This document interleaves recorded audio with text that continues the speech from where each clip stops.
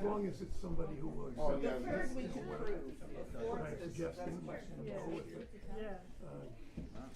Wow. Most Look, people congratulations. really know it's in their interest. That's so good. Yeah. You know, I've been around the block a few times. Probably know what I'm talking about. I'm glad I finally was Never able claimed to to be in I'm town. so happy to have you.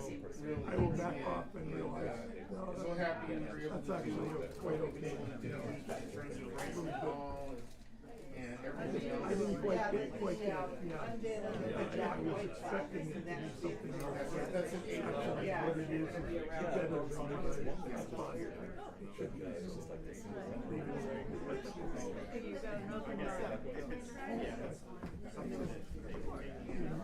Really has to have It is so good to see you, Vanessa. Welcome, welcome, welcome. Yes. That's ever gonna work as good as it. The kind of street. It's really about the secret. It's not about the, Anyway, so good. about the Australian. How's the term been? You know, we work together to make the poem what it wants to be. Yeah. I have two tiny questions for you. very nice. If I get Darling. I'm doing well. Hey, thank you. And yeah. Well, Yes, you did. Including the Yes, I appreciated that greatly, and I wrote back today that all's well that adds a good number to work. I think fewer than that, unless you're sure that's all you'll ever need. Oh, hey, well, you've got to do it. Is, you know, the cost per book is a bit higher. Fewer books that you gotta do. But yeah, you know, they well, I should say it wasn't really most, but we weren't really clear on how it was going to look until and then the first part of the ad is kind of letters are kind of washed out by the deep purple, and then the white letters, you kind of like definitely need more, but it's kind of fun. so wrote and said, look, That's okay as well. Those two numbers, or the two numbers in between, they're responsible well, we don't, we never really say very I propose round numbers just because it's easy to do. it's up to you. But I've got another ad coming up in a couple issues, and I have since this time, you guys got to tell us that this is okay. And then they said, they got back to us, after I went back and forth with the Dutch designer, there were some problems with now. There's taxes and delivery, so.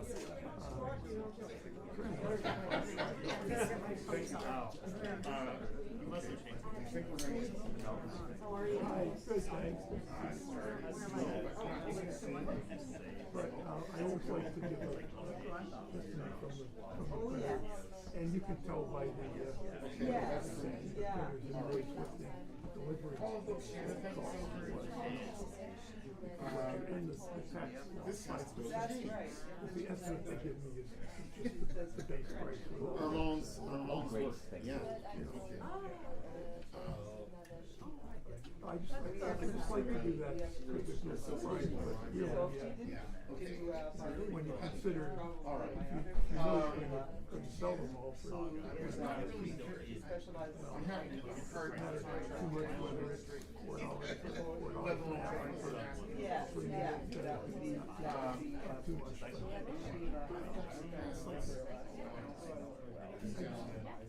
Like there not to be any surprise. I'll tell her you remember. Straight from the printer. No, that's close enough. So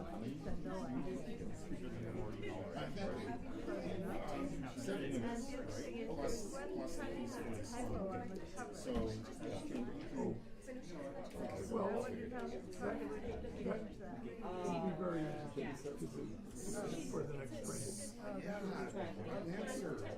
Now, when you would like me to get more hope that there's nothing that's coming from Yes. tell me what the typo is in the email. And, 5,000 sure. He's the second. Okay, yeah, I'm not sure because we don't have it. No. Well, Oh yeah, if I wanted to enter another page of a review, a couple of reviews, how hard is that for you? yeah. well, strictly speaking, I have to go through Yeah. I have to charge you for my time. How about Doing that. I wouldn't,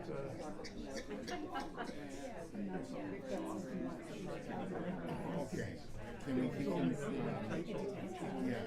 Something. Okay. It does take a little time for me to make the arrangements, but I just think it'd be a gift to you. But if you're asking me to change the inside of the book, Yeah. No, I didn't yet. No, I heard you say it to other people. Yeah. Yeah. Well, and I got my hair cut. So I told the barber. No, yes, I do. I still do. I told the barber, I said, I'm starting a new fashion trend. Everybody's got to have a Band-Aid on the forehead. Right, so once it's on, I don't notice it anymore. And people go, what's going on with your hair? I finally have some sense. Tell them that I just tell them tripped on your fixation. Yeah.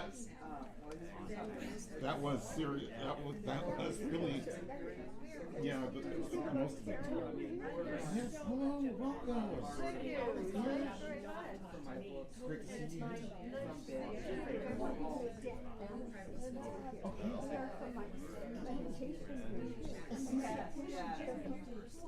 Well, he's very happy. Yes, okay.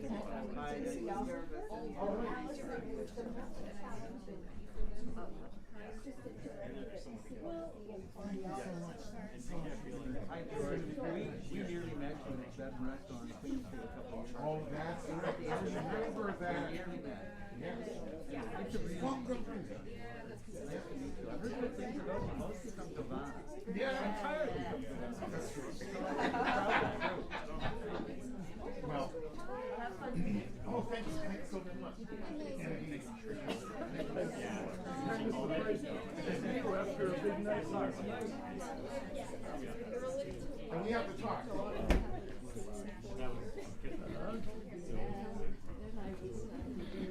One more? Then we'll get started.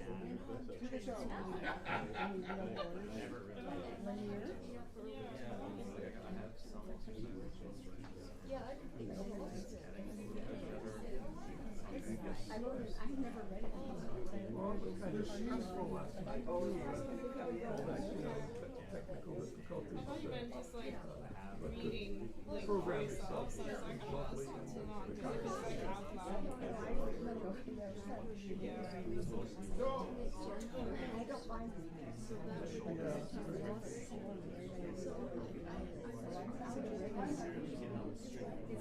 Didn't we just talk about it? That's funny. And I close my hands like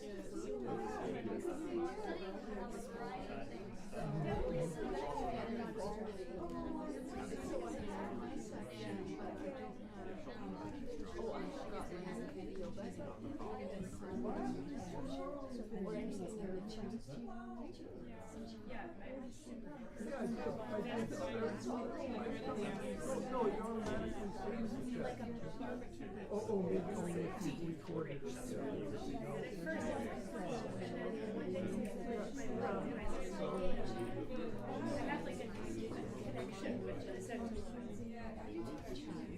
Wouldn't she?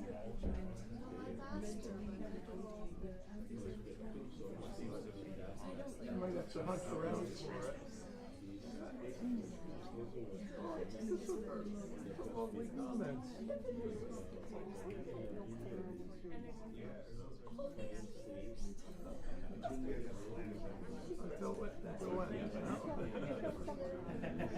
No, I prefer that Juliet. Oh, okay, sure.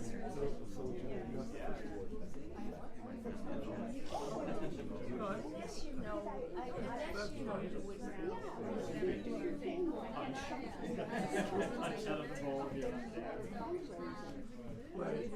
All right, yes, Juliet. Whoa! Thank you for being here, everyone in this room. Instead of see you there in the dark, and everyone, I'm sort of looking at the camera, imagining people in their homes. Who knows where you are? You could be in Toronto. I hear somewhere in BC, maybe somewhere in New Zealand. They might be my family. I don't know. Hey, hello. Very excited to welcome you here for the 10th Poets Breaking into Song, and George will say more about that. I want to say a big shout out to the Canadian Music Centre for hosting us here in this wonderful venue, playing this beautiful piano, and to Joseph Glazer, who has been super helpful just getting this thing off the ground and doing the live stream, and he's invisible because he is managing that and pushing the buttons and changing the lights. So thank you, Joseph. I'm also really grateful to be here in this old historic house on this land, which is in this city where we've all gathered, and many people have converged here from all parts of the world. But this place is also the home, traditional territory of many indigenous peoples for thousands of years. And people have gathered here to make music, to share stories, to tend the land. I was thinking when I was in here rehearsing the other day about this feeling grounded on this floor, this wooden floor, and I was like, this floor was a forest. And there was maybe a forest here before. And then it was like, oh, this piano was a forest too. And that was, my mind was being blown. I was walking up Yonge Street going, oh, there are no trees here, but everything here came out of the earth, which is pretty mind-blowing.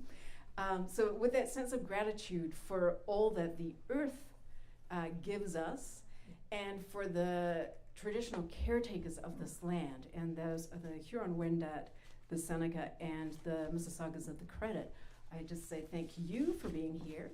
And as an expression of my gratitude, your gratitude, however it works, this is a free concert. I would encourage you, and there's free wine. Maybe the money that you would have spent going out tonight, you could donate to an Indigenous arts organization. I have a few suggestions. There's Native Earth, Native Women in the Arts. There's also the wonderful Native Canadian Centre of Toronto, where a lot of people learn traditional languages. And lastly, personal favorite of our family is Inspire, which provides scholarships for Indigenous students. So something to think about. Thank you.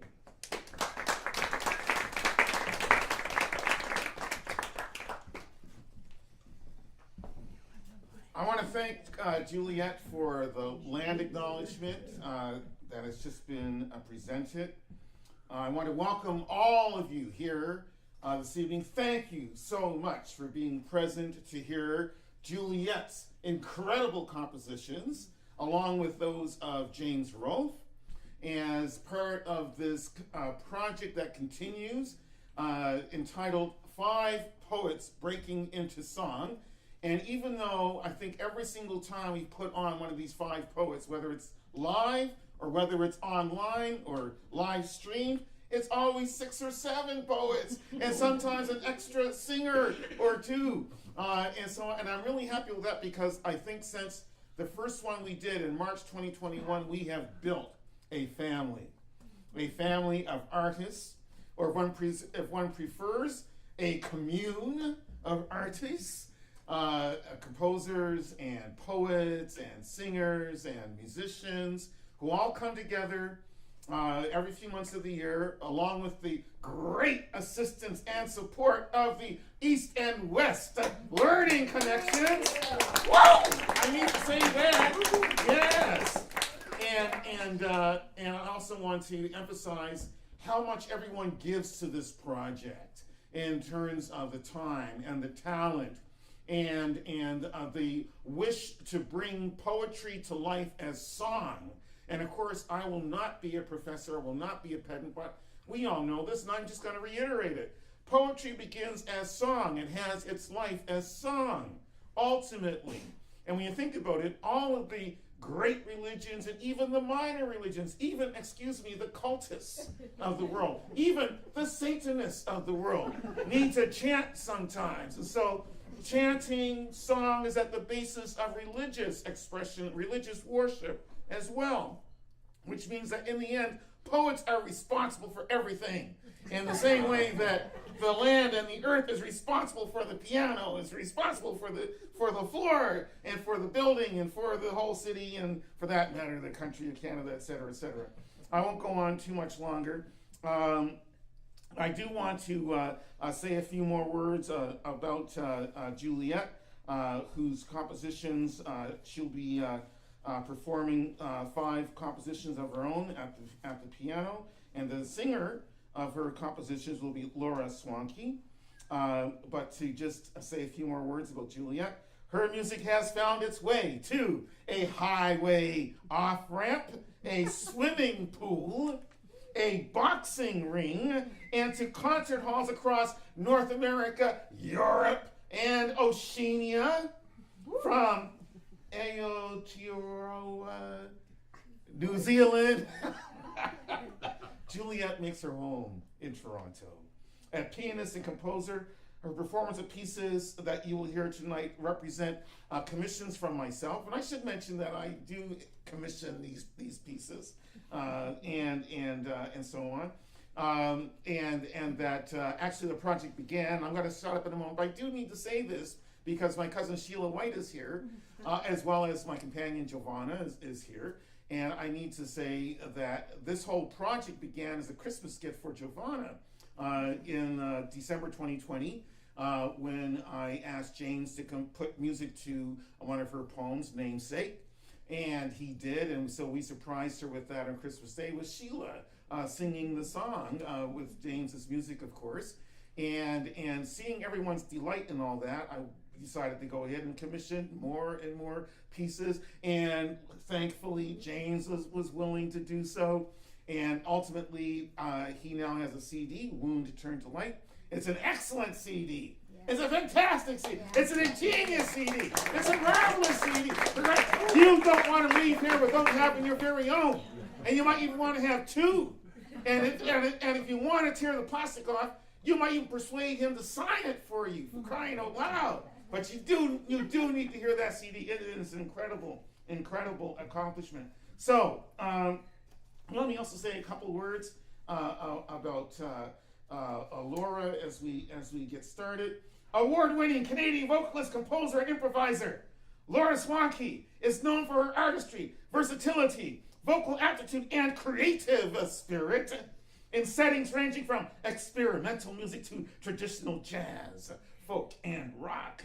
She has worked with artists such as Juno Award winner Mike Murley, Mark Feldman, poet laureate Dennis Lee, Christine Duncan, and Ralph Alessi, and has premiered works by Juliet Palmer, Jermaine Liu, Leek van der Voort, Tova Cardini, Elio Villafranca, and Mike McCormick, and there's more I could say, but I'm not going to because I know I have to keep an eye on the clock, but extremely well accomplished. We are so lucky to have Laura Swankey with us, and I gotta say, as a poet, I even love her surname, Swankey. Oh, come on, you can't make that up. That's incredible. And also, I must now introduce the first reader tonight, and James Rolfe will be reading the work of Irving Layton, and I'll let him tell you about Irving Layton. But I will say just a couple words about James, who has been such a great fellow traveler in the vineyards of art. So his music has been commissioned and performed by ensembles, orchestras, choirs, and opera companies in Canada and abroad, and recognized with the Guggenheim Fellowship, a Jules Leger Prize, and Dora and Juno Award nominations. And not only that, but I gotta say that he and I composed an excellent opera, for crying out, called Beatrice Chancey back in 1998-99, making a star of Misha Berger-Gossman with music that is deathless. Did I say deathless? Yeah, deathless. There we go. And finally, one last thing, I want to also send a shout out to Ron K. Ron K., who has provided us with all of the beverages that we are enjoying this evening. And of course, Mr. Eric, who is assisting Mr. Ron with filling our glasses with wonderful libations, all of them legal. And now, without any further ado, Dr. James Rolfe.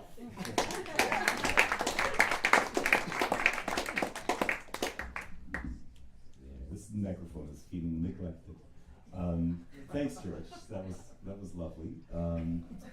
And yeah, hard act to follow. So I am going to introduce you to the first poet. He can't do it because he's dead.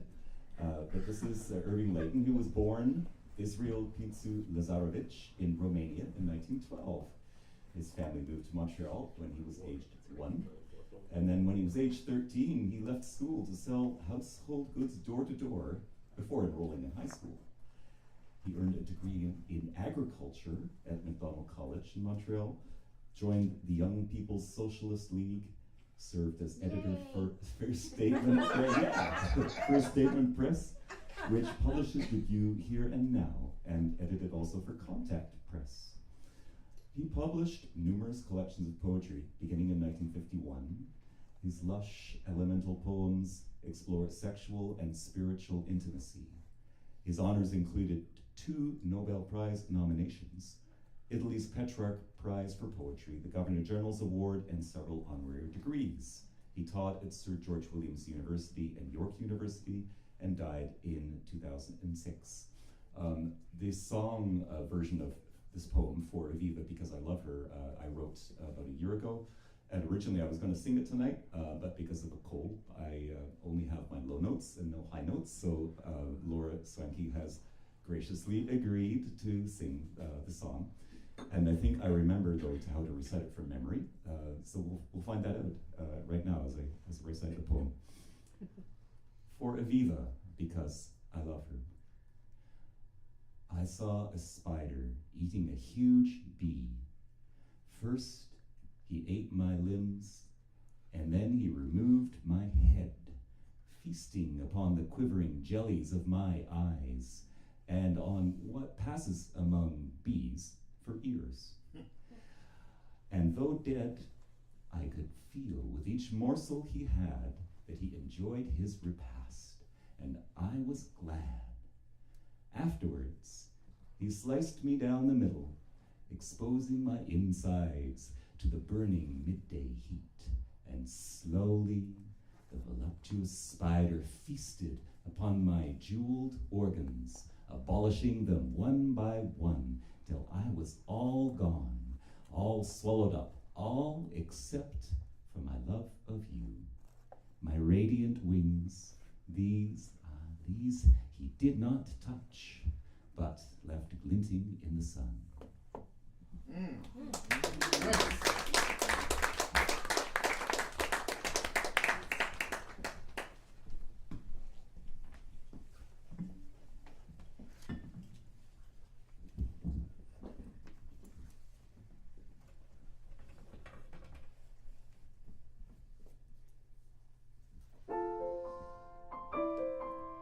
I saw a spider eating a huge bee. First he ate my head, and then he removed my limbs, feasting on the quivering jellies of my eyes, and on what passes among bees for ears. And though dead, I could feel with each morsel he had that he enjoyed his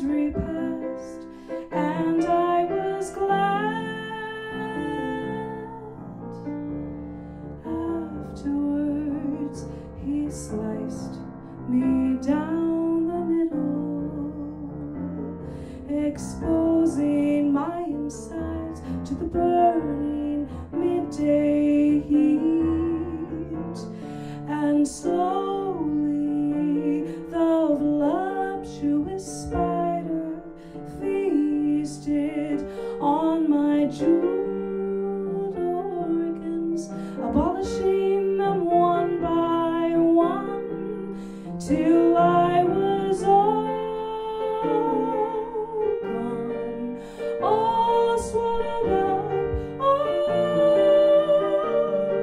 except for my love of you, my radiant wings. These are these heated, not touched, but left glinting in the sun.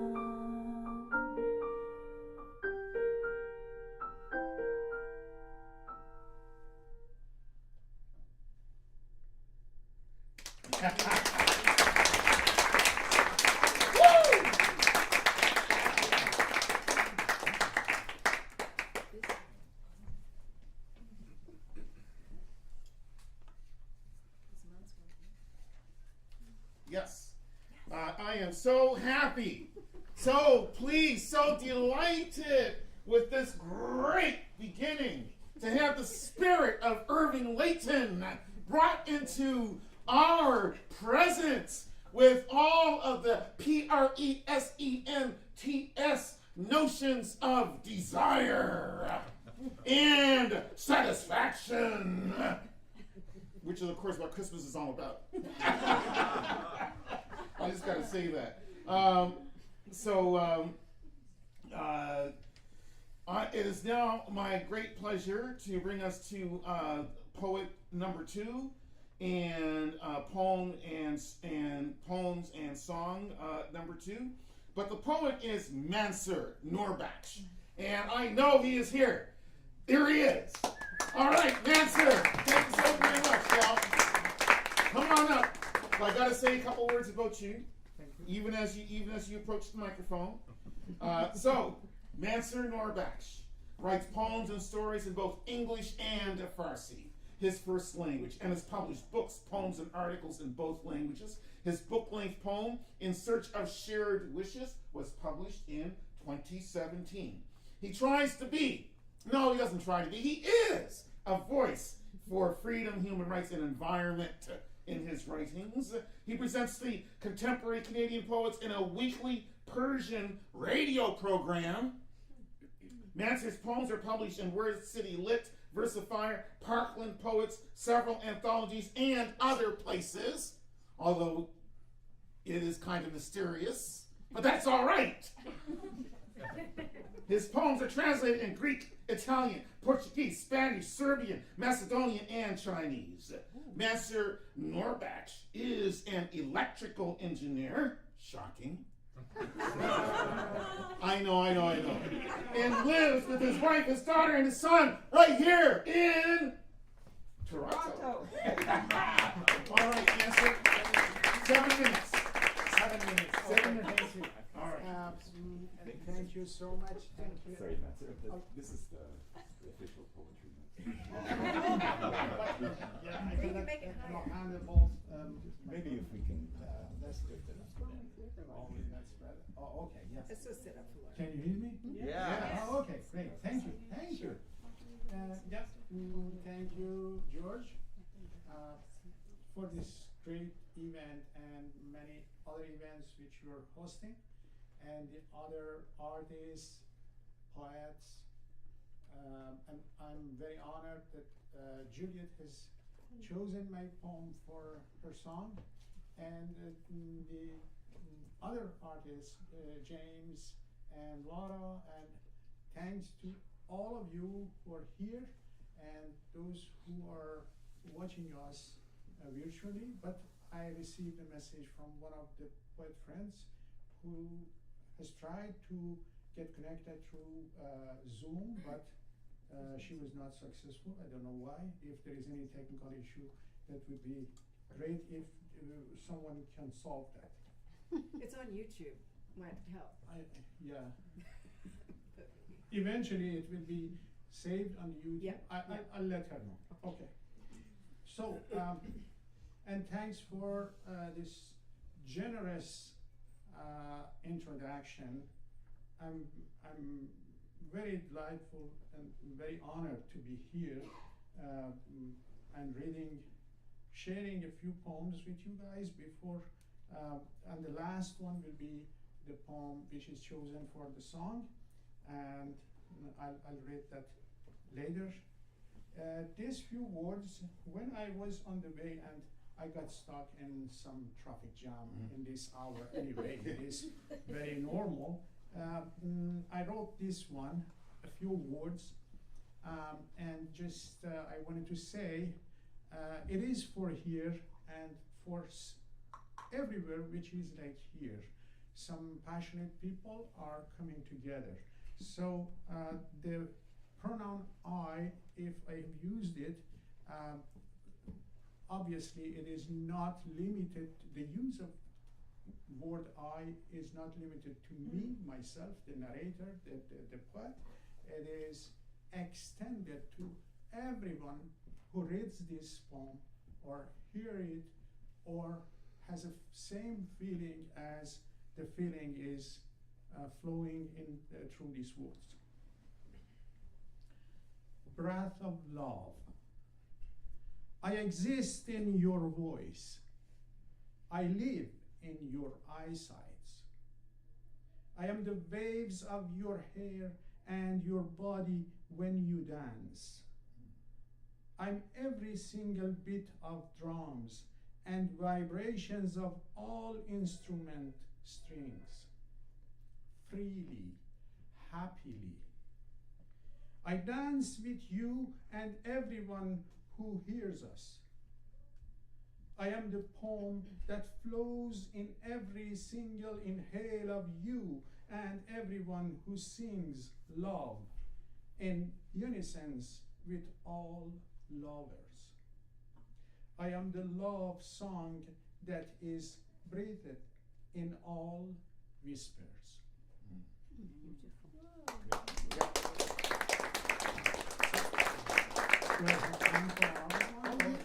Okay. And I was trying to understand what romance could be. What's the meaning of romance for someone like Edgar Allan Poe? Okay, and I found a song entitled "Romance" from Edgar Allan Poe, and it is a very short poem, again a long poem, and it is inspired by the poem entitled "Romance" by Edgar Allan Poe. Atonement. A nest of two little birds is fallen under the pine tree in the front yard, like dead bushes, or interwoven yarns, freezing. Beside the walkway with a sprinkle of salt on it and flooding. The pain of love is the atonement of believing in freedom. The pain of love is the atonement of believing in freedom. And thank you. Thank you for listening. So should I read the last one, or still I have time? I don't know. The last one. The last one. Okay. Thank you, Mansour. This poem is actually the last page of this book, in Search of Shared Wishes. And thank you again to Juliet for choosing it for her song.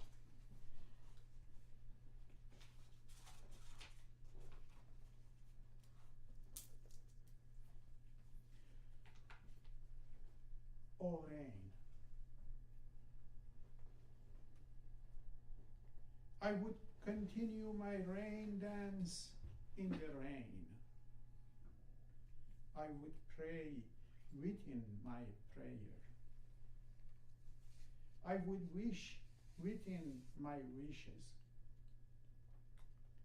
I would stop running in zigzag. I would drop and rise, and rise and drop. I wish I could live as a shared wish. I wish I could share my wishes. I would see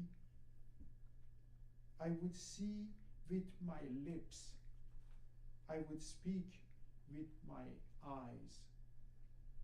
I would fall as a raindrop and burn to the end as a burned brand, and burn to the end as a burned brand. I would breathe the love. I would breathe the love. Breathe the love. I was looking at you, woman, silently, when you were hugging the girl quietly. Did Phoenix cry thus? Thank you so much.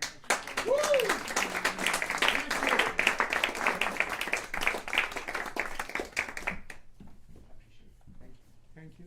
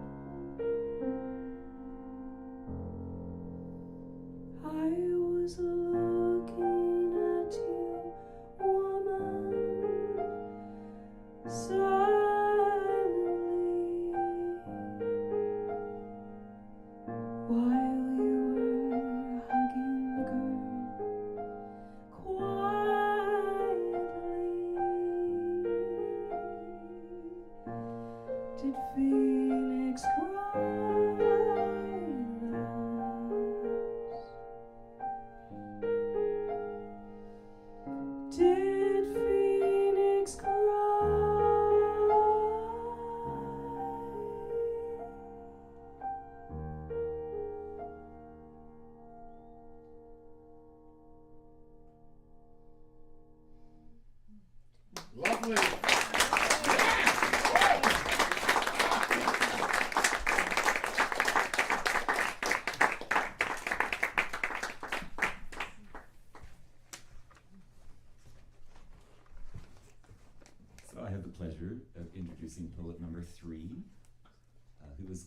MacEwen, who, for similar reasons to Irving, can't be with us. She was born in Toronto, grew up in the High Park area, attended Western Tech. Her first poem published in the Canadian Forum when she was 17. She left school at 18 to pursue a career in writing. By that age, she'd published her first novel, Juliet the Magician, and then her first book of poetry, The Drunken Clock, was published in 1961. She was encouraged by the editor Robert Weaver and Professor Northrop Frye, and she got to know people like James Reaney, Margaret Atwood, Dennis Lee, and other leading writers of the time.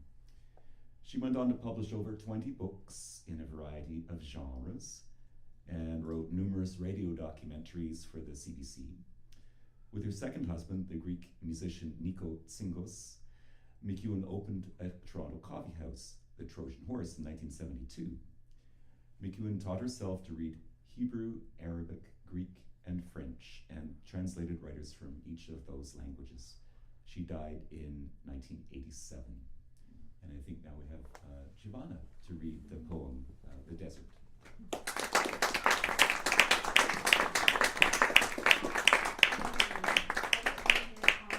I don't read this whole thing here. So I'm going to read it, well, anyway, let me just say this down. I think I can manage that. I didn't have the third poem in my book. And so I'm going to read a couple of poems by Gwendolyn MacEwen. Gwendolyn she had a really profound mystery to her poems, and she was also, I believe, a mystic. And anyway, you'll see that her poems have this ethereal quality and real magic to them. I'm so delighted to be reading them. Would you like to come in and sit down? At the back there are some chairs.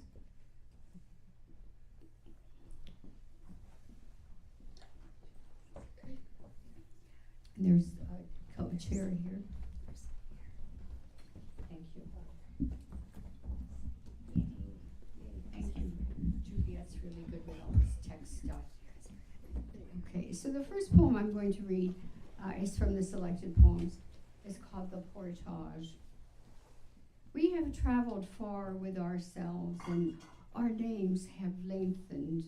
We have carried ourselves on our backs like canoes in a strange portage over trails insinuating leaves and trees dethroned like kings. From water root to water root, seeking the edge, the end, the coastlines of this land. On earlier journeys, we were master ocean goers, going out, and evening always found us spooning the ocean from our boat, and gulls, undiplomatic couriers, brought us cryptic messages from shore, till finally we sea lords vowed we'd sail no more. Now, under a numb sky, somber cumuli weigh us down. The trees are combed for winter, and bears' tongues have melted all the honey. There is a loud suggestion of thunder. Subtle drums under the candid hands of Indians are trying to tell us why we have come. But now we fear movement, and now we dread stillness. We suspect it was the land that always moved, not our ships. We are in sympathy with the fallen trees. We cannot relate the causes of our grief. We can no more carry our boats ourselves over these insinuating trails.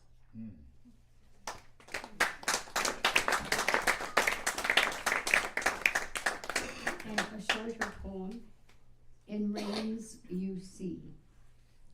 Reader, I do not want to complicate the world, but mathematics is tragic. There is pathos in numbers. It's all over, boys. Space is curved. You are hungry, and your hunger multiplies by hundreds. In your first shuddering temple of chalk. In the slate days, you taught numbers to jive under the complex chewing pencils. You talked darkly of the multiplying world, and your fingers hunted for braille like urgent forms. You go outside, and now it rains, and the rain is teaching itself its own name. It rains, you see, but hell, it comes down cuneiform.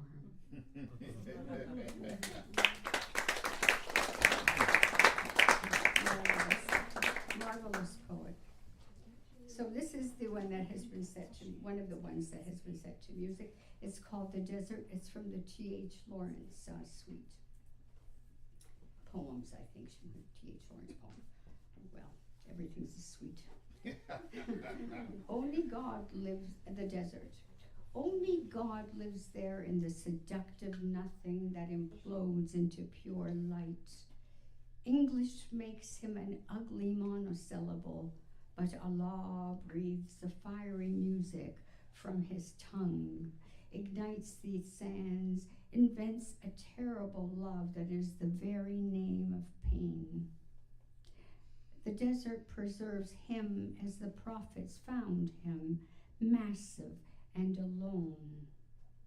They went there into that awful zero to interpret him, for himself to know, for he said, "Help me, I am the one who is alone, not you.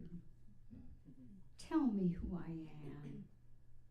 Camels lean into the desert, lost in some thought so profound it can only be guessed. When will God invent man?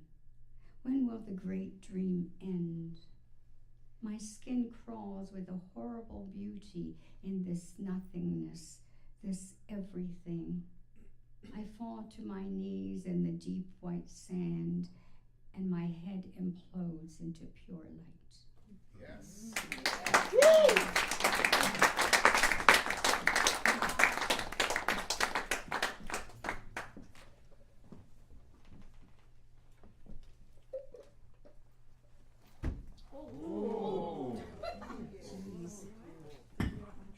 I'm good.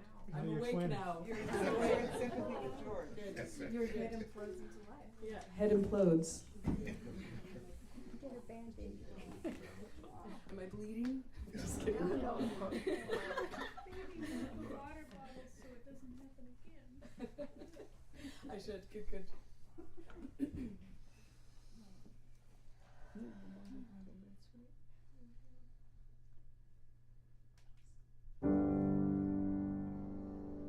Only God lives there in the seductive nothing that implodes into pure light. English makes him an ugly monosyllable, but Allah breathes a fiery music from his tongue, ignites the sands, invents a terrible love that is the very name of pain. The desert preserves him as the prophets found him, massive and alone. They went there into that awful zero to interpret him for himself to know. For he said,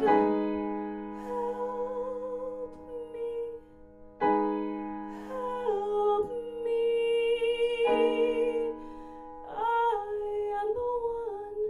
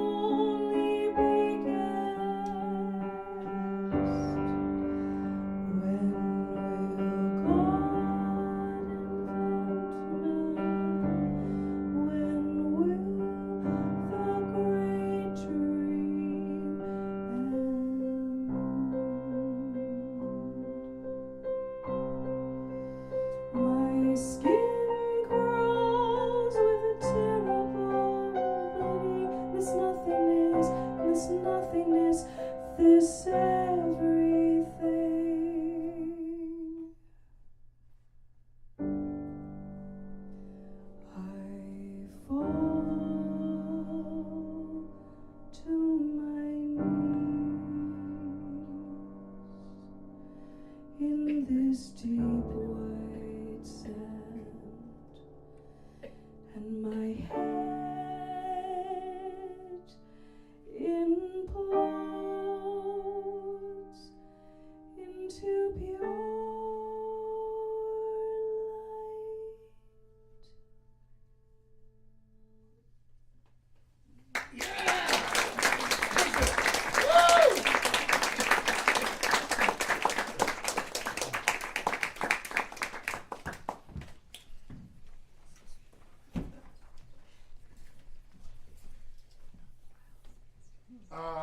That was another James Rolfe composition for Gwendolyn MacEwen.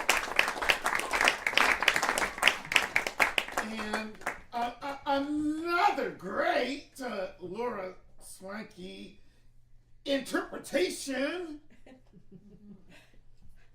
of the words and the music, doing honor to one of our premier poets of English Canada. And I do want to celebrate Gwendolyn MacEwen in the way that Javana Richio has just honored her by underlining the fact that she is one of the few great, pure Canadian poets who never attended university. Yeah.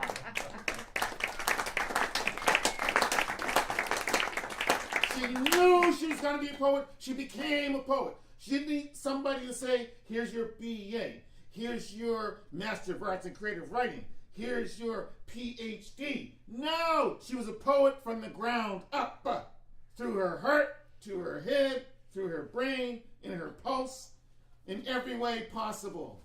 And of course, unfortunately, she died the way too many poets die. Alone, freezing, hungry. But we love her because of what she represented.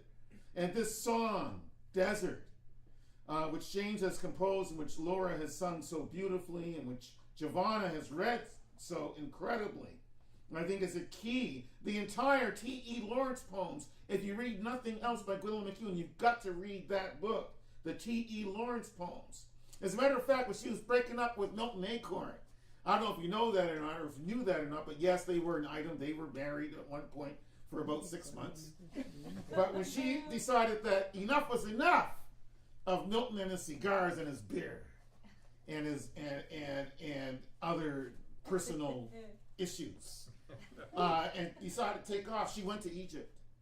That's where she went to discover her freedom and to explore the milieu. And notice the languages that she was drawn to: Middle Eastern, Greek, Latin, Hebrew, yes, and French, and so on. But basically, that was her world. And we already heard a poem by Irving Layton. And you know what's interesting between those two poets is that they're both really centered on the Mediterranean.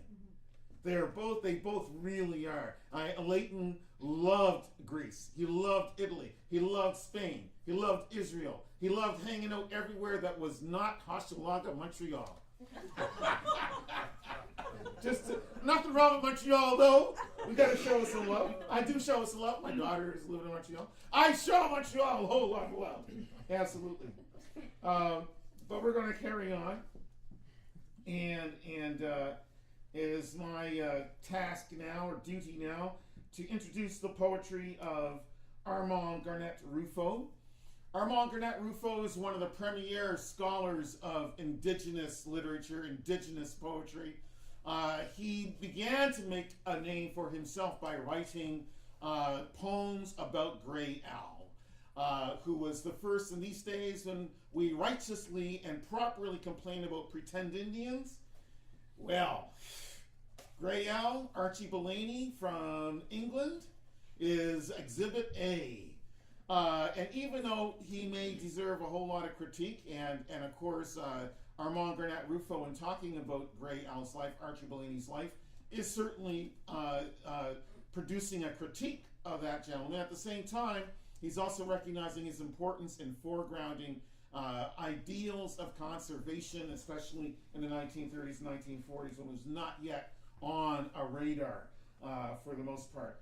Armand Garnet Ruffo also went on to write poems about, and you see how timely this is? Poetry is always news. It's always in the headlines in a buried way. Because what I'm about to tell you is that his Thunderbird poems, which I love so much, are poems about Norval Morrisseau. And you know, those of you who listen to CBC News, those of you who trust CBC News, and I know it's a dwindling number, but for those of you who trust CBC News, you know that there was a news story just yesterday about how Norval Morrisseau's paintings have been so bastardized by so many fake reproductions and so on.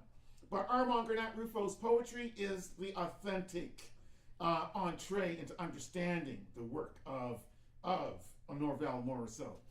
So unfortunately he can't be here with us this evening, but I am so glad to be able to introduce James Rolfe once again to come back to the front of the room and do the reading of Ruffo's poetry.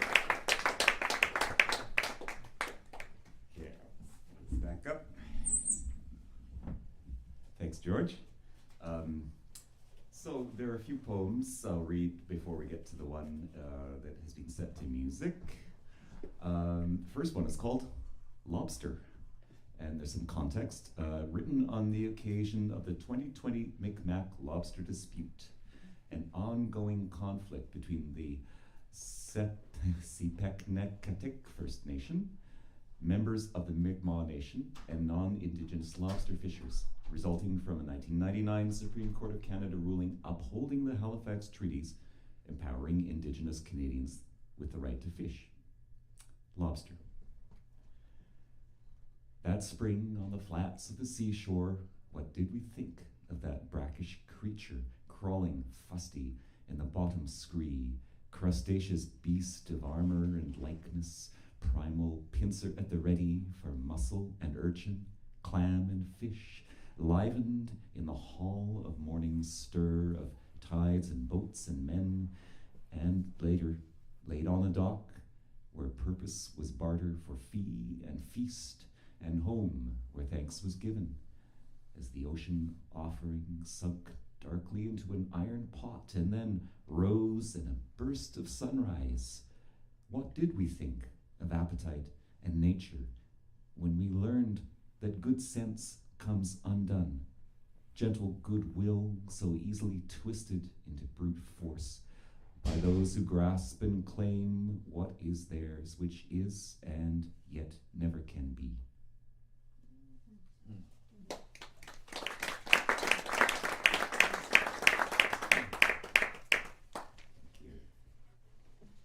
And next up, this is from a book, Treaty Number, from 2019. In fact, this and the poem that will be sung are both from that book. This is called On the Day the World Begins Again. On the day the world begins again, will it be the strongest animal, the swiftest bird, or the tiniest insect that carries the news to humankind, announces rebirth in a roar, in a squeak, or maybe in silence? On the day the world begins again, will luminous light rise from parting clouds in unquestionable power and refract a miraculous prism of color, while the tallest white pine announces peace in a sprinkling of communion? On the day the world begins again, will those suspended behind bars, in and between gray ugliness in their deadened shouts of protest, float beyond their circle of cigarette burns and crude tattoos, beyond their sharp cries of where they are and wish they were? On the day the world begins again, will their reimagined selves, the shape of thought, the shape of prayer, bend like molten steel in the fire at the center of the human heart? Will they rise beyond themselves and find their way home? On the day the world begins again, Will the cages open for them?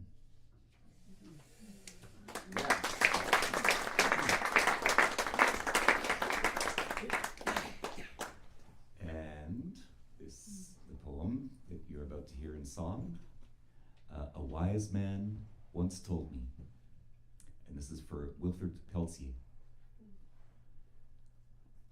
When the knock comes to your door, you will not be there to answer it. We have been undressing too long.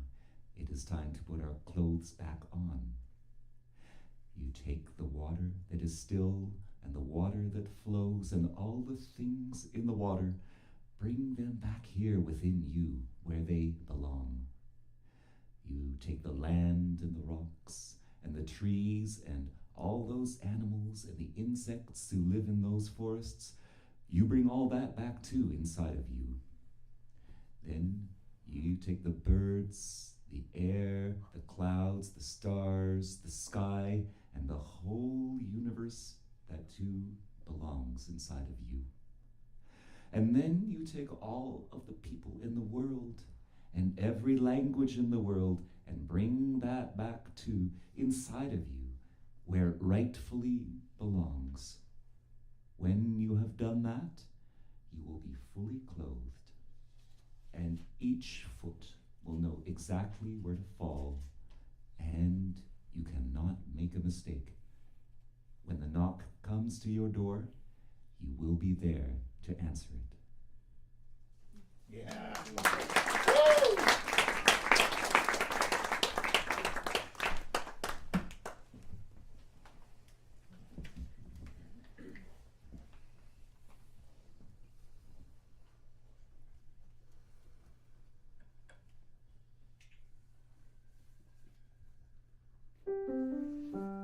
When the knock comes to your door, you will not be there to answer it. We have been undressing too long. It is time to put our clothes back on.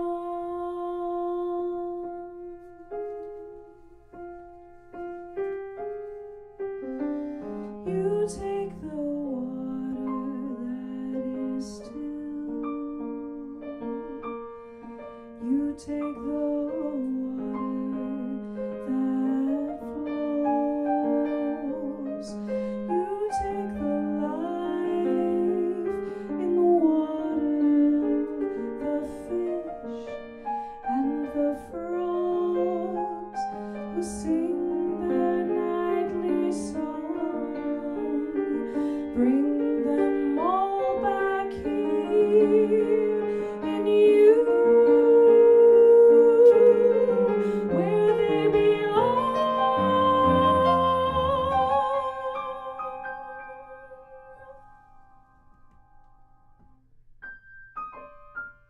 You take the land and the rock and the trees. You take all the beasts and the insects in the forest. You bring them all back to deep inside of you.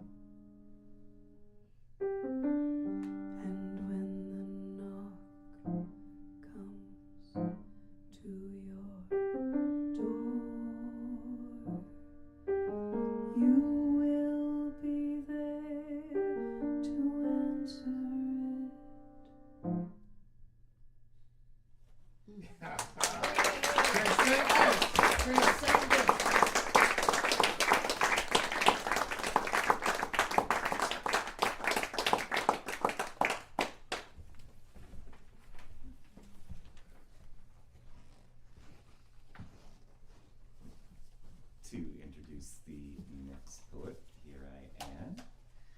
And it is Yashim Turner, who unfortunately can't be with us, but she may be listening in. So I hope I get this right. Yashim Turner was born in Istanbul, Turkey in 1956. She has a PhD in cultural anthropology from McGill University. Yashim lived in Montreal between 1980 and 2000.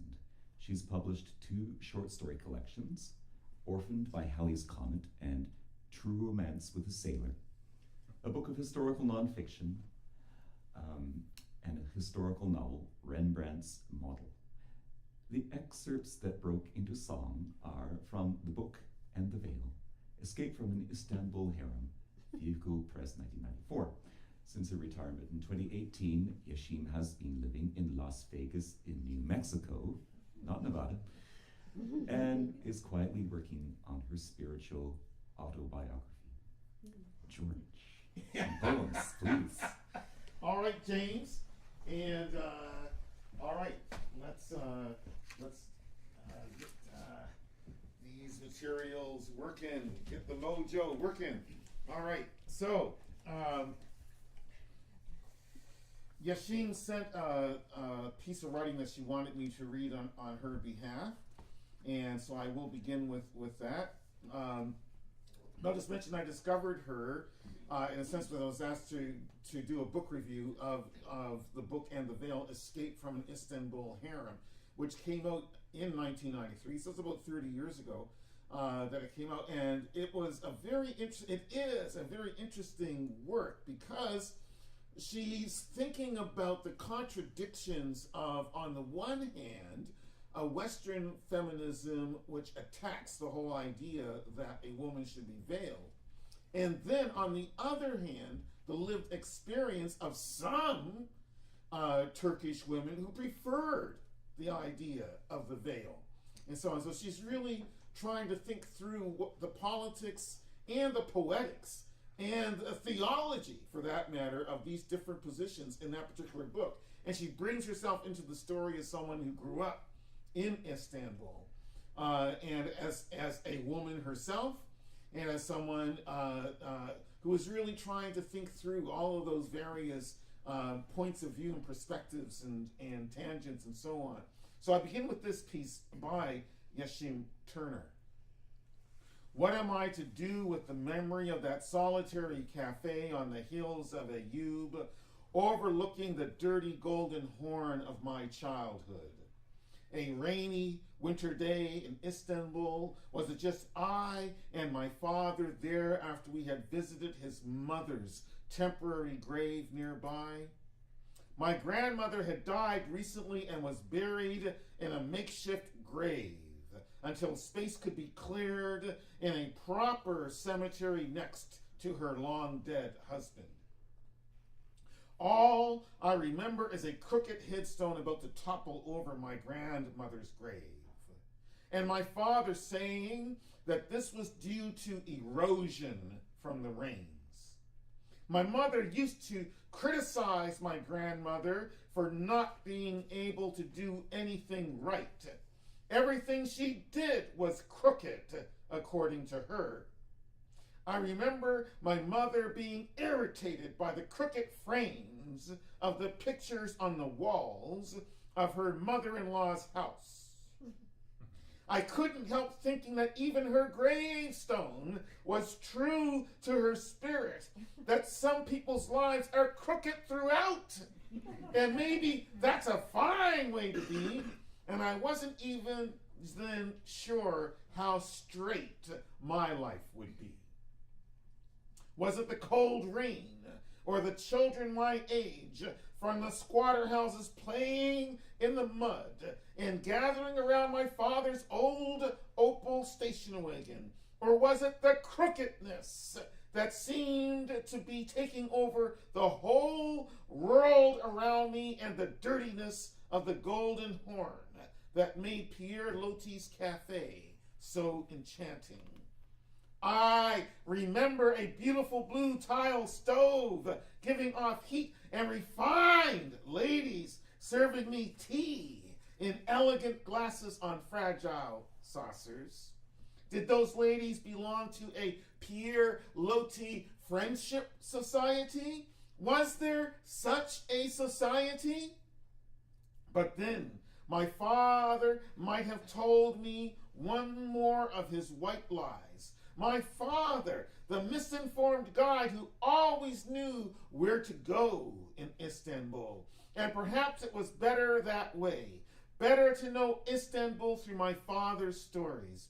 I remember drinking tea with my father there, enchanted by my surroundings.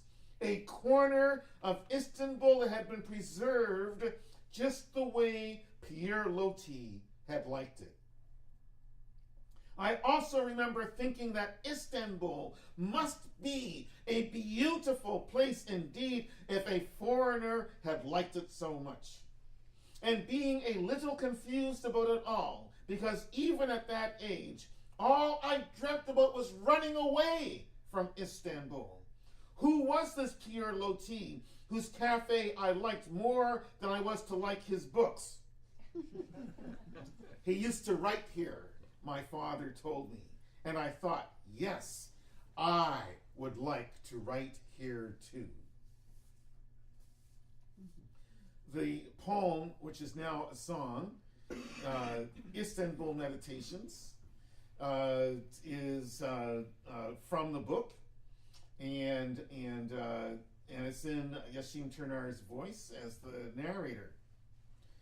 And I'm tempted to even try to want to sing it because the music for this, as Juliet has done, and the music for Armand Garnet Ruffo's piece, et cetera, is just so compelling. But I won't try to sing it. I'll just recite very plainly. And it rhymes, by the way. Now I, Yeshim, who's fled every office chaise, from east to west, have sauntered east many times. A Turkish-born writer, Marialez, I hear in Mont-Royal, Istanbul's chimes, and recall instantly that Turks love the buttercup, narcissus, dandelions, and chamomile, all sprouting wildly in Istanbul, all non-stop, all along the Bosphorus, whose waters rile houses lizarding hazardous banks, so mad floods wash out foundations. But the fixed standard of beauty in Istanbul is unpredictable moods of water, of women, and so love meanders. I think of Zainab, her eyes sleepy but not dull. She tells of opium pills that helped mothers and wives pull through Ramadan, treat it as a lull, swallowing drugs in their thin gold covers, hollowing pills with varying thicknesses of gold coating, so that ladies could float above all cares for husbands, lovers, businesses, and even look down upon, frown upon love.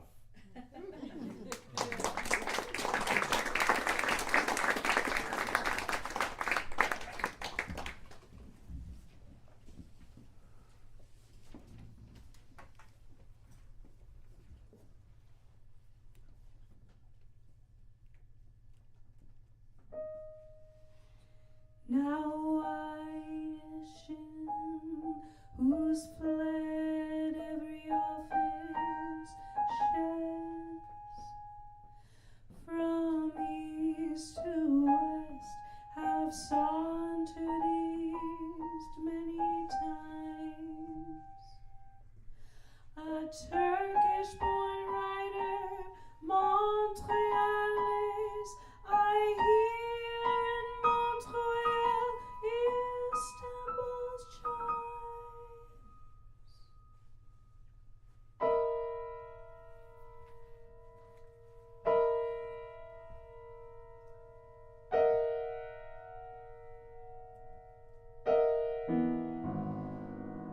and recall instantly that Turks love the buttercup, narcissus, dandelions, and chamomile, all sprouting wildly in Istanbul, all non-stop, all along the Bosphorus, whose waters rise.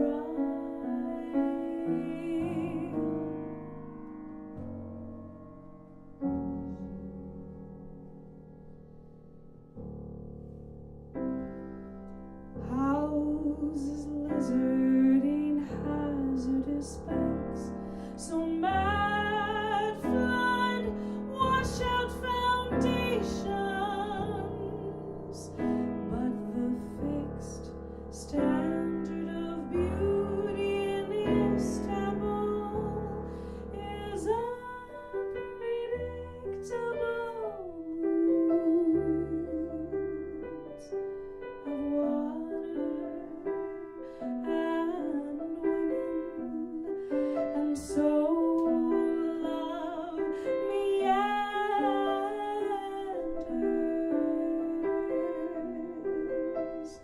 I think of Zaynab, her eyes sleeping but not dull. She tells of opium pills that helped mothers and wives pull through Ramadan. Treat it as a law,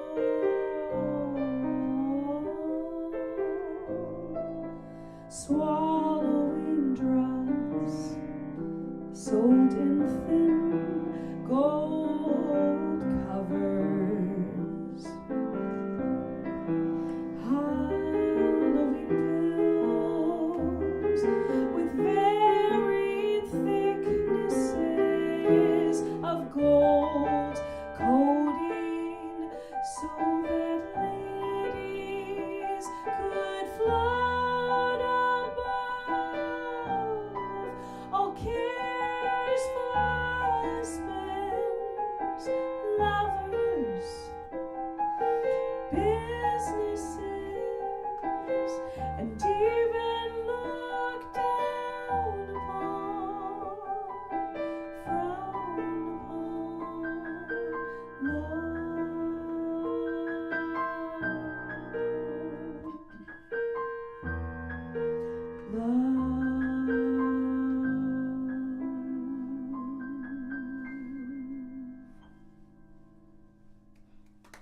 Marvelous.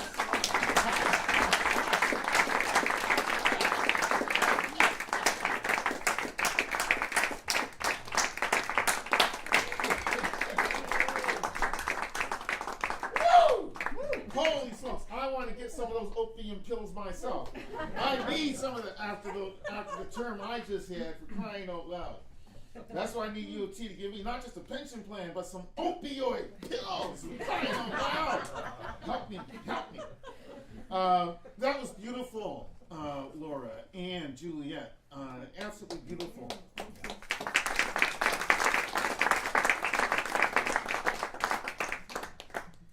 And now it is my great honor, privilege, and pleasure to introduce Javana Richio, and I know I don't really need to have any kind of introductory bio and whatnot, but I will bring it along here. Giovanna is a graduate of the University of Toronto, the #1 publicly funded university in the world, where she majored in philosophy. I need to put that out there because people don't know. Is it, University of Toronto, is it like Toronto Metro University? Is it like that? No, it's the #1 publicly funded university in the world. Yay. Ladies and gentlemen, thank you so very much. Graduate of the University of Toronto, where she majored in philosophy. She's the author of Victorio, Lyrical Miracle Press, 2010. Strong Bread, Quattro Books, 2011. And Plastics Republic from Guernica Editions, 2019. And she knows I'm going to say this, but I am going to say it anyway. It is truly an astonishing work. It is one of the best books of poetry published in English Canada anytime recently. And has,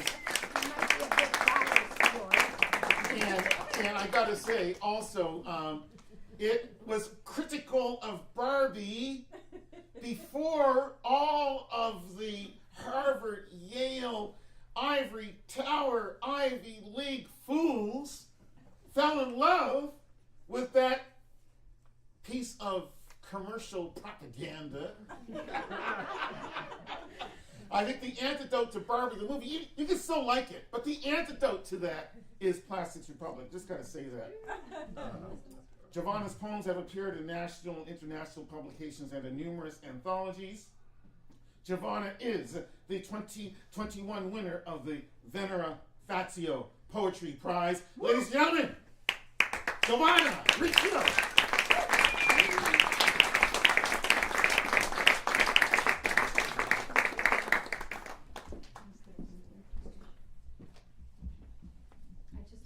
George might be a bit biased in his estimation. I'll take it though. Okay, so I'm going to read just two poems, and then I'm going to read a very difficult Barbie poem. So this is a piece I'm working on right now, given the situation in the Middle East there, in Gaza. And so this is the latest iteration, but I want to read it. This is called My Troubled House, and begins with a quote from Milan Kundera. The struggle against power is the struggle against forgetting. The storm lifts. A new morning rescues me from unceasing nightmares. Bombers, drones, rockets, missiles, an aesthetic of flames, smoke, and burnt to the bone toddlers limp in the displaced arms of weary mothers and fathers searching for a bed in the scorched hours of smoldering tomorrows.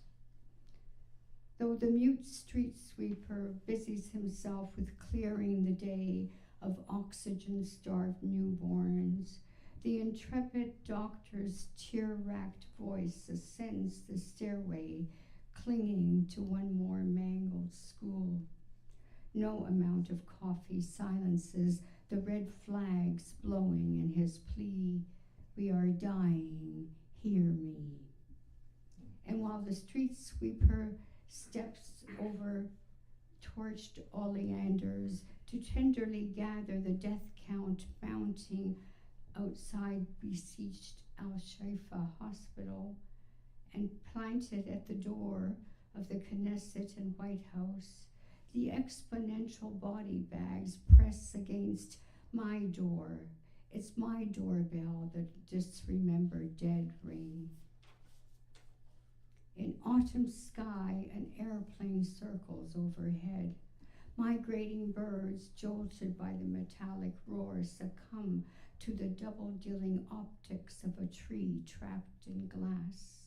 Slamming into the bay window, robins plummet, and bloody sleeping tiger lilies below. And all the while, a naked girl races through my hallways and rooms. Skin seared by napalm sooty blooms, she flees into the TV's wide-angle lens. On her heels, a stream of scalded children, and a mother cradling a limp toddler in her arms. And like recurrent echoes of a barbed heartbeat, a skeletal girl clad in Auschwitz stripes and her knobby-kneed twin rifle my kitchen for food. Hands stuffed with bread, oranges, and history, they sit cross-legged before the blazing fireplace and spy their mother dancing in the flames, floating off in chimney smoke.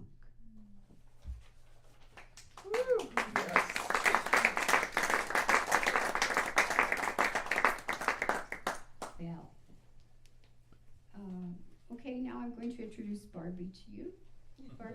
Barbie originally was, before she became a singular name, was Barbara Millicent Roberts. And this is the introductory poem that I have for her.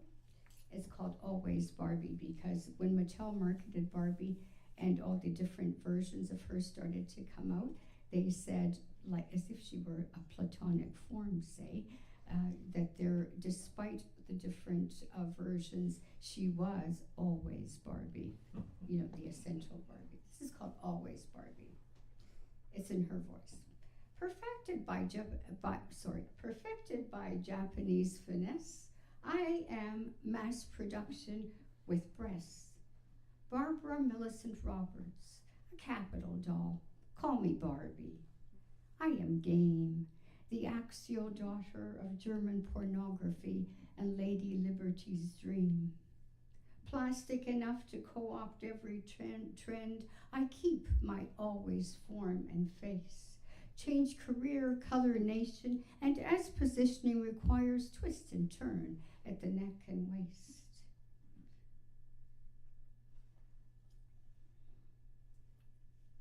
Earning my own cash, investing in real estate, I travel through time and space. Come boxed, complete with a traveling case. Among my favorite accessories is one named Ken.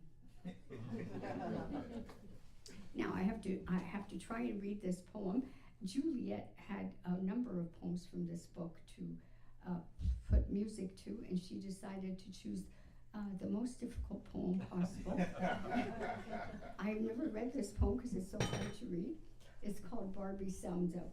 It's a sound poem. Okay, so it's in 4 parts, but I'm just going to work them all together. Babes play, babes say, ba, ba, Barbie. Be a baby, be a bod, be a bar, Barbie. I.e. barely be a body, be no body. Barbie bars, barbarian nipples, nipples be a no. Rah, no bra, no brainer, no nipples on breasts, now no breasts bare, no nipples. No busty Barbie bee, no bee cupcake. Barbie bar hops, big breasted, in bed or bar, nippleless. Nipples? Yes, pin up Barbie, no less.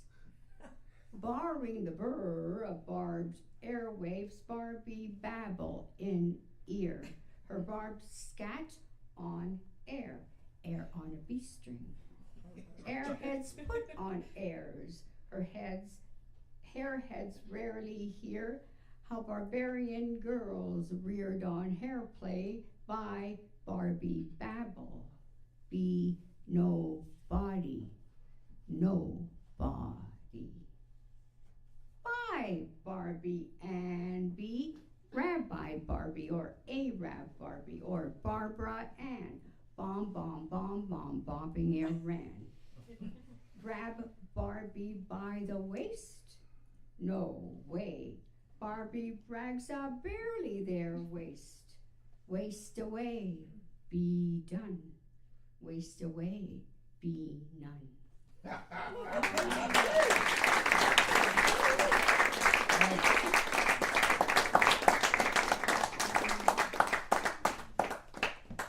It's easy to see why I chose that one.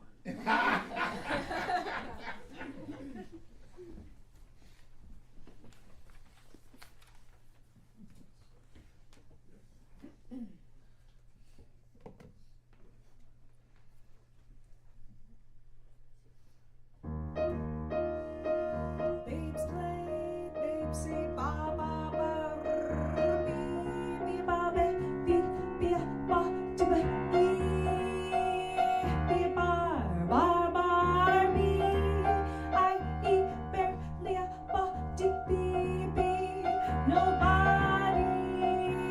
Barbie breasts, barbarian nipples, nipples be no, no. Rah, rah, rah, no bra, no brainer, no.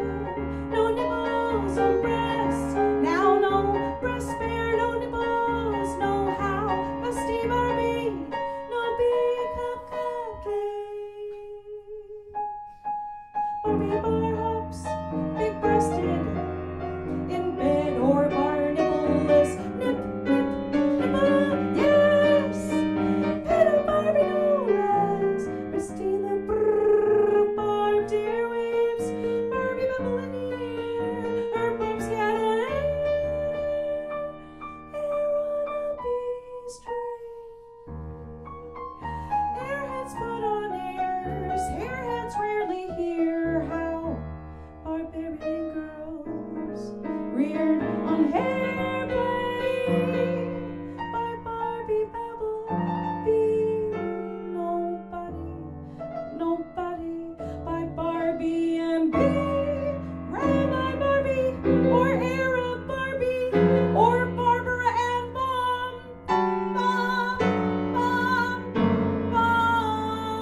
Bombing Iran. Grab Barbie by the waist. No way. Barbie bears up really their waist. Waist away be done. Waist away be none.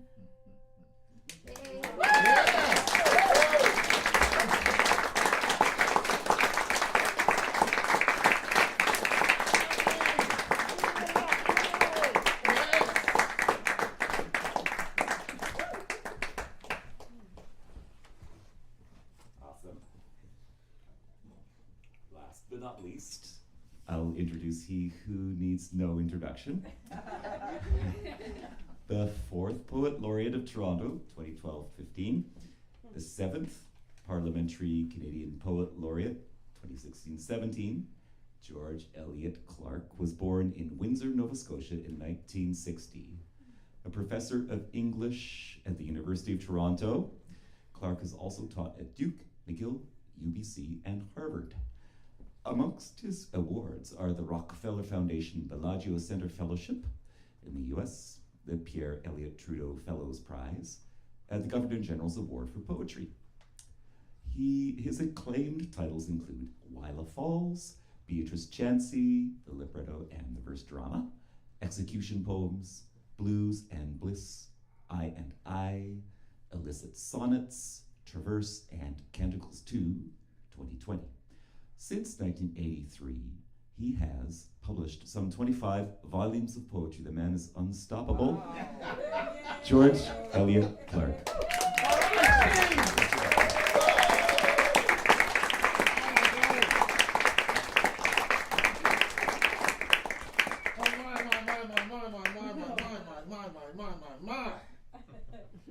Woo!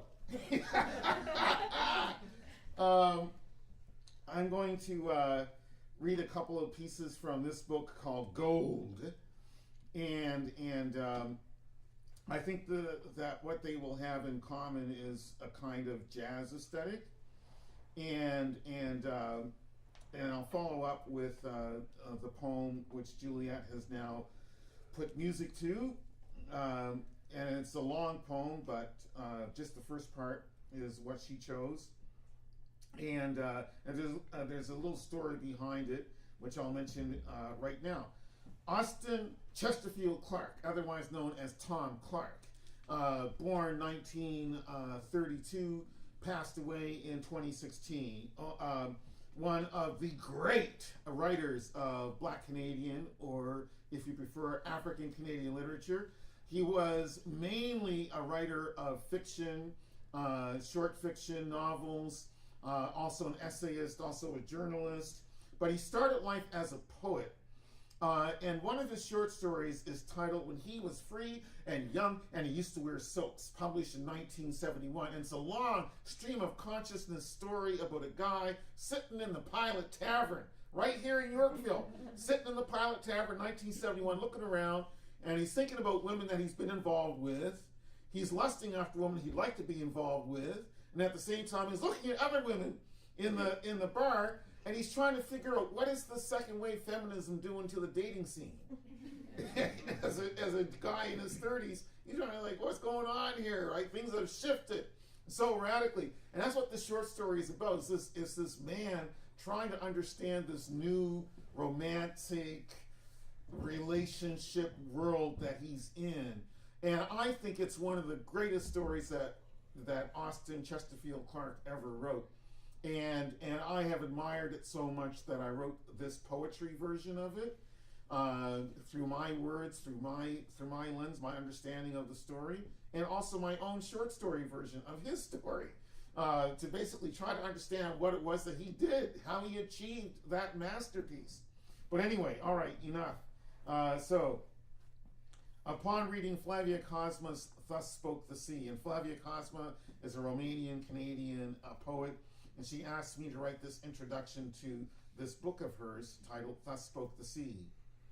Like theologians of flames and bones, we all read literature badly. We think it is Kabbalistic scripture, for we have heard it moaning, dying in a professor's suffocating briefcase. All the love poems shriveling into epitaphs. We league together and laugh out loud. Here is another poem that doesn't quite work. See, the light it should bring is broken like water.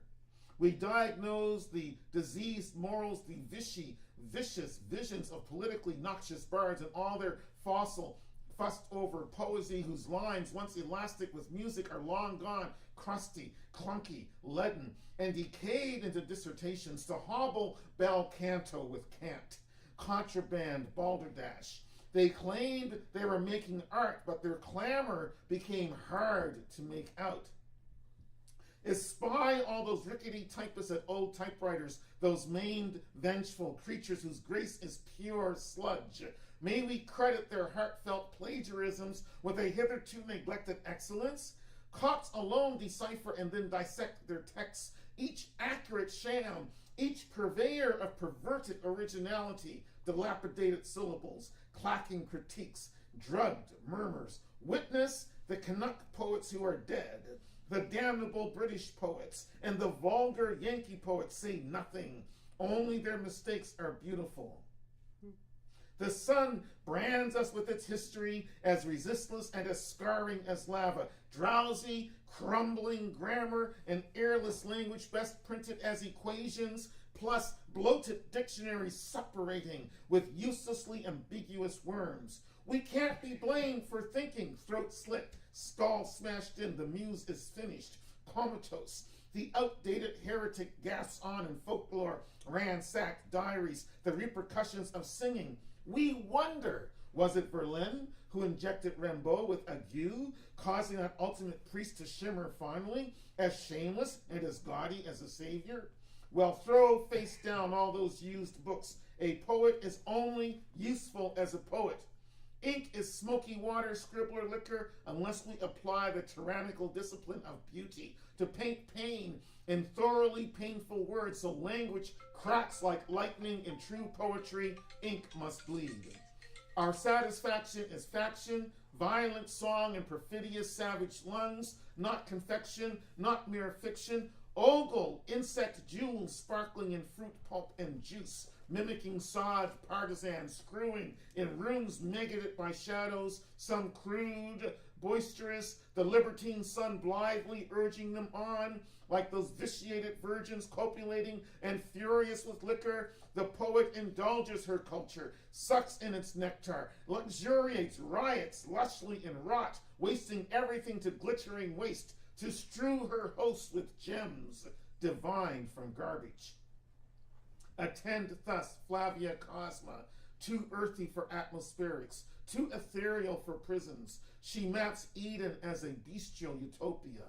Her words revive Ovid, but in Kanukistan English. See Ovid with a halo of wasps. Inspect herein a different slant to the line. Emily Dickinson droning Sylvia Plath's Siberian persona, or vice versa.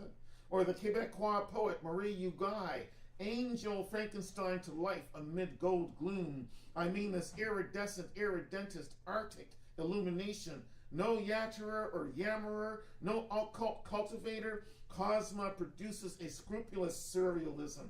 Fairy tales that bite and embitter kindergarten inmates. Every dream has its sly haunting, fears intolerably sexual, desires unnaturally animal, such lucid make-believe. So Cosma's poetry yields buried music, cherry debauchery, infamous blood, tinsel crucifixes, stale-dated gospel, cankered wine, mutilated bread, bookish stains, zero worry, sub-zero love, rhinestone phantoms, upstart shades and stars, the rotting of papal balconies and rust lingering on into August corn. Her lines quake the brain like an authentic Sazerac cocktail, ruthless New Orleans concoction of bourbon, brandy, and caustic caramel, or maybe like Romania's infernal Zwica grappa. Clear lyric, generic, organic. Here is light archetypal, luster atypical. And finally, Austin Chesterfield Clarke, lost in the Pilot Tavern, for crying out loud. Love it. Navigating the archipelago of rainbow lips and neon lustrous nylons, plus islands of pepper in the Caesar, the reefs of lime in the Cuba Libre, and dodging the chiseled Aztec bas-relief of cruelty, Ebon Sheba's profile, their chatter always as indecipherable as papal Latin, swished suave eye into the Pilot Tavern. Me garbed is for Tiger's Coconut Grove at Kensington Market, but now stepping off Bloor into Yorkville, Fifth Avenue gone, Greenwich Village. Fifth Avenue gone, Greenwich Village. Yeah.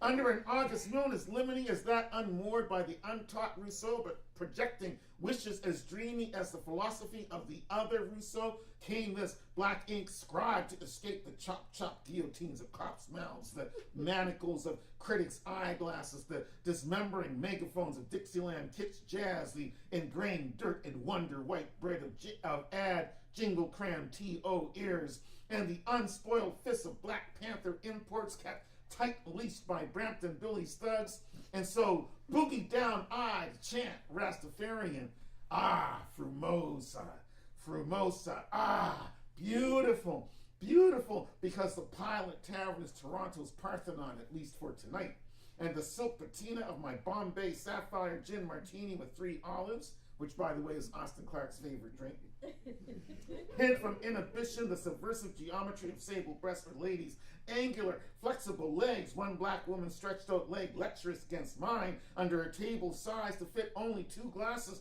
so that the poetry of my Negroni cocktail outshouted and outvoted all that short pants childish Anglican theology, all that incense that ferries the aroma of young corpses or of kitties cored and or buggered in the warrens of his and her majesty's churches.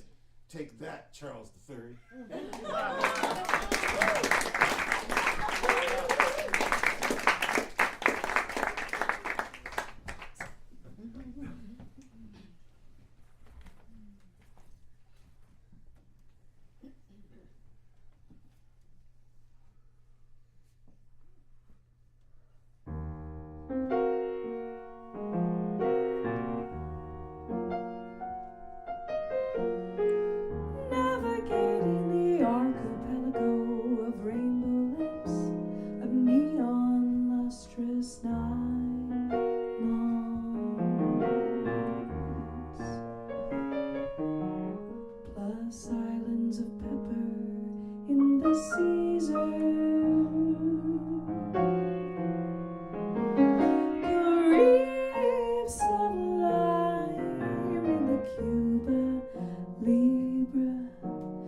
Dodging the chiseled Aztec bas-relief of cruelty. T-bone Sheba's profile. Their chatter always as indecipherable as papal Latin.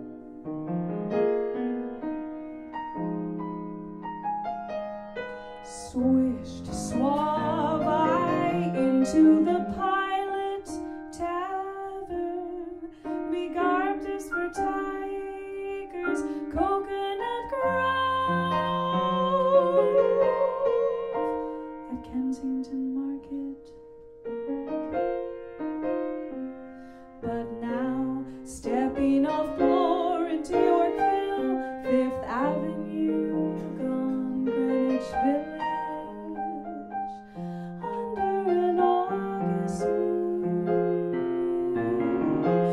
Lemony as that unmoored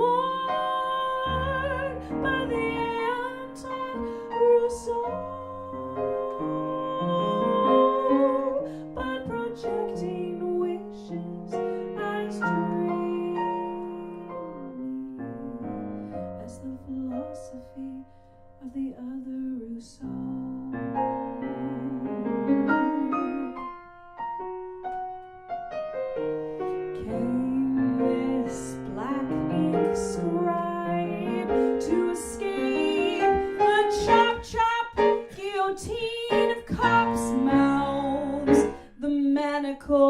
Of critics' eyeglasses, the dismembering megaphones of Dixieland kitsch jazz, the ingrained Bert in wonder white bread, and jingle-crammed T.O. ears, and the unspoiled fists of Black Panther imports kept tight-leashed by Brampton Billy's thugs. And so boogie down I to chant Rastafarian.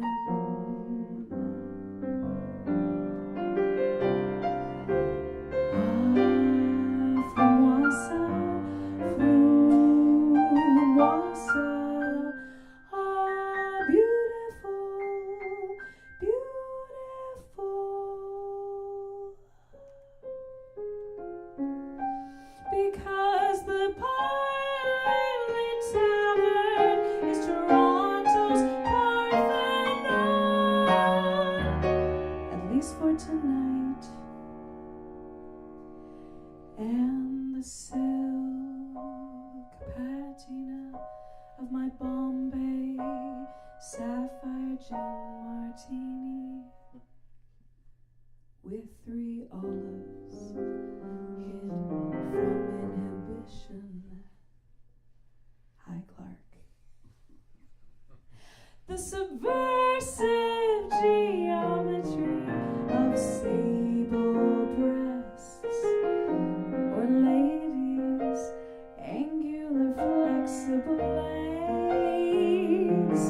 One black woman stretched out leg, lecherous against mine, under a table sized to fit only 2 glasses, so that the poetry of my Negroni cocktail outshouted and outvoted all the short pants, childish Anglican theology, all the incense that ferries the aroma of young corpses, or of kiddies cored and or buggered in the warrens of his and her Majesty's churches. Yeah.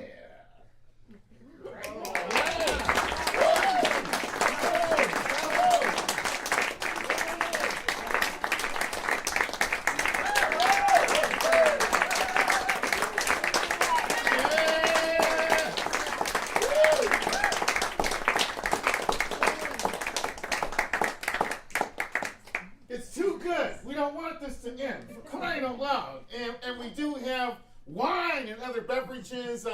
Also, we have the marvelous CD, Wound Turned to Light, New Songs by James Rolfe, available for sale here at a low inflation fighting price, even though the music itself is priceless. Like that of Juliet, as we have heard this evening, demonstrated through the great singing of Laura Swankey. Yes!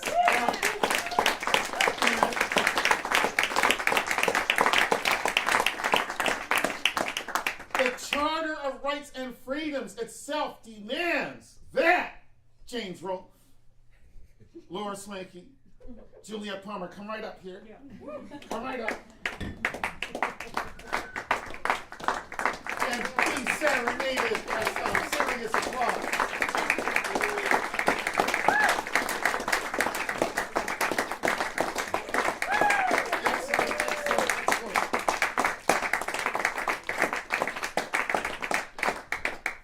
I also want to thank the other poets who are here tonight, Mansour, Noorbakhsh.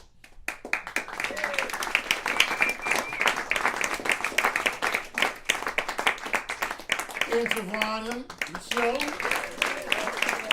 And I also want to thank Yashim Turner and Armand Garnet Ruffo. And I forgot to mention he is Ojibwe, and I needed to say that as a poet and critic and scholar. So yeah, I also want to thank them for making their work available for us and for Juliet and James to compose music for. And so I hope. Personally, of course, I hope that this project is going to go on and go on and go on. There is going to be number 11 in Halifax, February 10th, if you happen to be there. And then I think we'll probably be back in Toronto for number 12 and sometime in the spring. So I guess that's it. Look, compliments of the season. Well done. Happy. And Christmas.